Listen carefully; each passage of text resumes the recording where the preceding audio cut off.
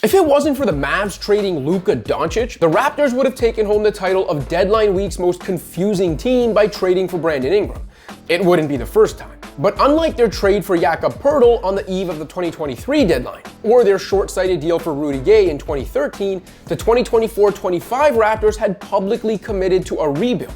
That should have made the 16-35 team sellers, not buyers. Ingram's talent and production are impressive. He's a lanky self-creator who's averaged 23 points over the last 6 years while shooting 51% inside the arc, 37% from deep, and 85% from the free throw line.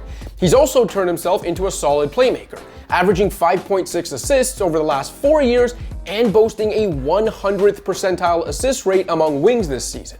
And he was available for relatively cheap while still only 27 years old. But there's a reason for that. The pending free agent's mid-range heavy game limits his efficiency. His defensive contributions have never measured up to his wingspan, and he's averaged just 56 games played per 82 contests since 2017. Ingram's not quite good enough to be the number one guy on a contender, but he's also not threatening enough off the ball to be a great number 2 or number 3.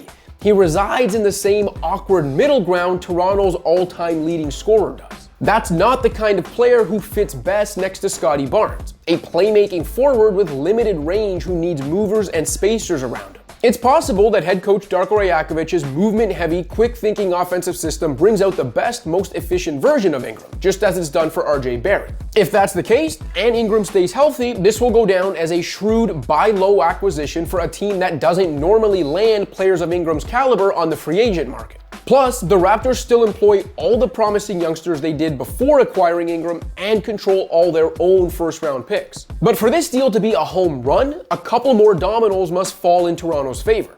Ingram must either be re-signed at a reasonable price or signed and traded for a greater return than the Raps coughed up to get him. And in the meantime, the Raptors can't let the currently injured star sink their 2025 lottery odds. This trade doesn't have to mean the Raps are suddenly gunning for the play-in tournament. Although it speaks to how strange the transaction was, that Ingram can best help his new team by not playing right now.